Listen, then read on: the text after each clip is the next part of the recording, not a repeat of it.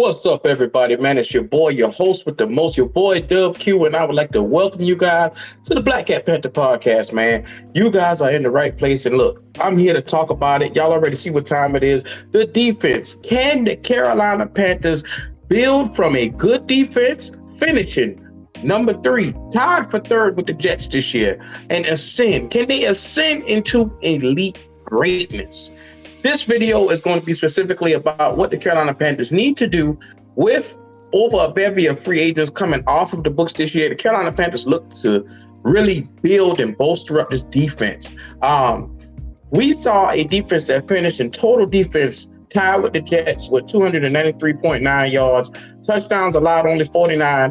They were great to the point that to say that offensively we were ranked dead last. This defense was number 3, thanks to Ejiro Evero, and along with, I'm just talking about Dom Capers and the crew.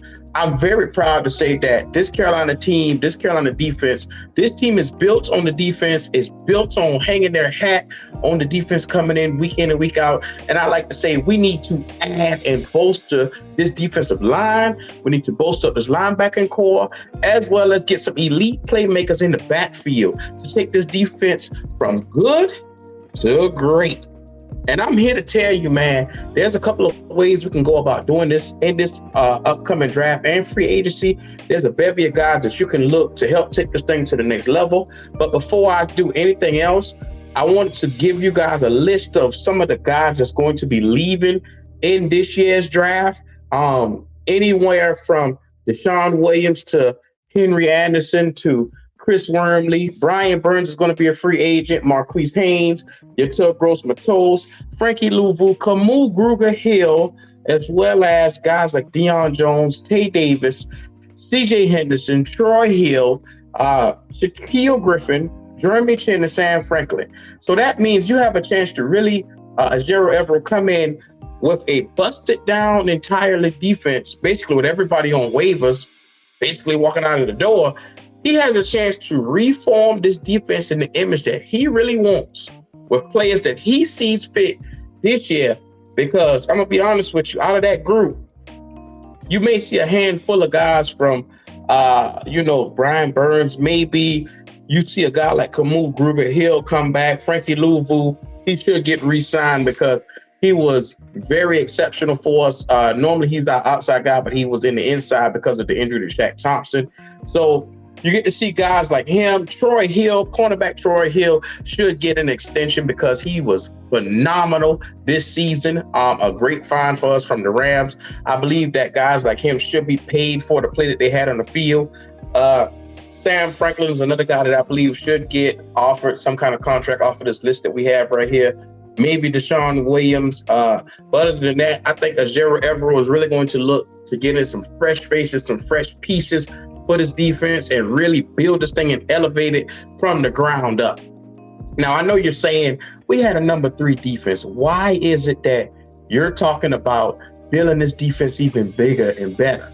Well, the number one thing is you want to. The Carolina Panthers have always been known for their defense, and they've always hang their hats on elite defenses. The elite defenses of the past is what carried us and projected us into the spots that we were in last time when we were formerly known as a winning culture. But in order to get back to prominence, we might have to start using some of a little bit of the cap to try to get some of these guys in here. Like, since we have been here, opposite of Brian Burns, we have not had another guy that could come out and pass rush and get after the quarterback. So I would look to upgrade this one guy in here to come and really help out and bolster this lineup. He's another guy currently right now on the free agent market named Bryce Huff. He is from the New York Jets. He's in the 3-4 as well right now. He's a guy that could fit in our philosophy right now. He had 10 sacks in the previous season. So he's a guy that's going on as a budget. Young guy, 24, 25 years old, Bryce Huff is. I just want to make sure I'm straight on that. Bryce Huff, definitely 25 years old, 10 sacks he recorded in this past season, and he's going to be on the market for about $9 to $10 million a year, about the same amount that you're going to be paying Frankie Louvu. The only reason why he isn't in such high demand is because they got him slated as an outside linebacker versus being slated as a pass rusher, a defensive end. So therefore, he gets a great bargaining chip, because had he get out here and was a pure edge rusher that got 10 sacks, you would have had to pay this cat anywhere north for 15 to 20 million a year. So thank God for him playing outside linebacker in the philosophy that we need him for. So I'm encouraged. If you can get this guy and pair him with Brian Burns and Frankie Louisville, you have I'm talking about a three-headed monster at the linebacker position that you can start clinging and banging some hope on. So if there's any guy that the Carolina Panthers need to target in this free agency for the defense, it's going to be Bryce Huff. At 6'3", 255 pounds, he's a guy that can come out and get after the quarterback as well as cover. So you can lighten the load on Burns, where he can come and just really come off that corner just as well. You got two guys that are monsters now that you could potentially have going up there week in and week out, terrorizing the quarterbacks. Look, there's no secret about it. The Carolina Panthers need to bolster up the pass rushing, and they need to get guys that can go and get after the quarterback. And what better way to start off free agency by targeting a guy like Bryce Huff from the Jets? Let's make it happen, Carolina. I want to see this defense ascend. We need playmakers to be able to ascend. And I'm gonna tell you right there, I'm not gonna stop there, because I'm under the impression that not only do we need a guy like Bryce Huff, we need to get some type of cornerback in here that could help us out a little bit. If you don't want to go and get Bryce Huff, you can take your time and look for the bright spot that's in free agency that'll be hitting the cornerback market. You got guys from Kendall Fuller. I know everybody is saying Xavier Howard is free, but I believe he's going to be a little bit pricey. He's a Pro Bowl guy, a consistent Pro Bowl guy. So I expect him to really, really, really be a guy that it's going to cost a lot of money to try to get. So like I said, Kendall Fuller is a guy, I believe when last seen, he had a great outing for the Washington Commanders. He is a great coverage guy. Not an exceptional coverage guy, but look, when you got a guy like J.C. Horn with his durability, Dante Jackson is another guy. You can put Kendall Fuller in for the same amount that you're paying him for. He can't play the slot. He can't play a little bit of safety. So he's a versatile guy, and you know how much Ejiro Evero loves these versatile guys. So he's another guy that I would look to bring in. He's stated as the 15 best free agent in this particular market coming up. So, I mean, you get a guy with some value that can come in and really, really, really give your defense a chance to have a playmaker in there alongside of DJ D-Jack, if they decide to bring him back, or alongside of our boy Horn over there. So not only that, like I said, I'm targeting the defense today. I want to make sure that you guys also know that there's a guy named Awuzie. Everybody know Awuzie, who used to play back in the day.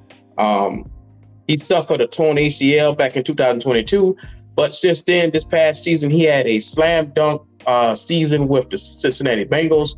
So I look for this guy to be, look, he was the number one outside corner for, I think he played for $7 million last year.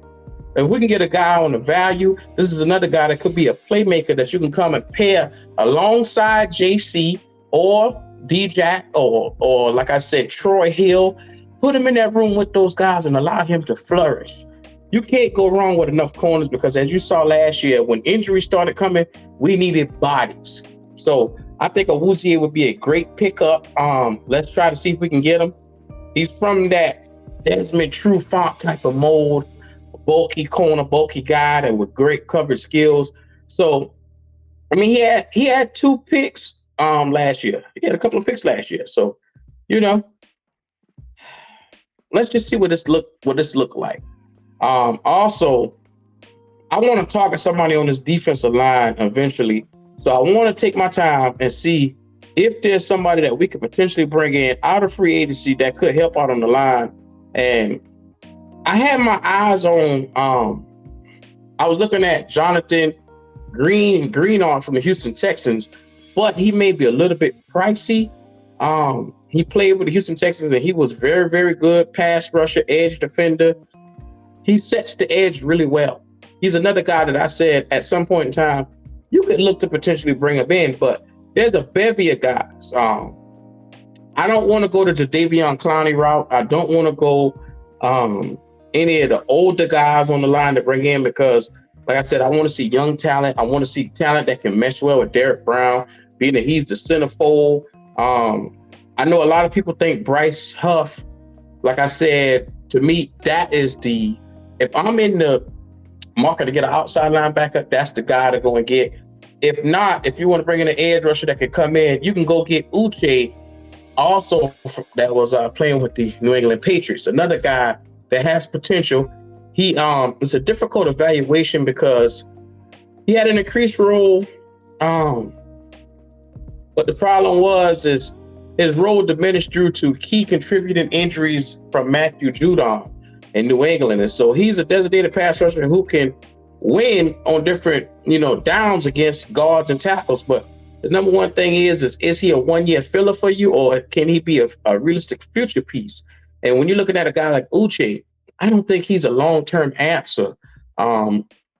He was, like I said, former first-round guy, but I think he can be a guy that if you wanted to get a quick stopgap guy, you can bring him in here.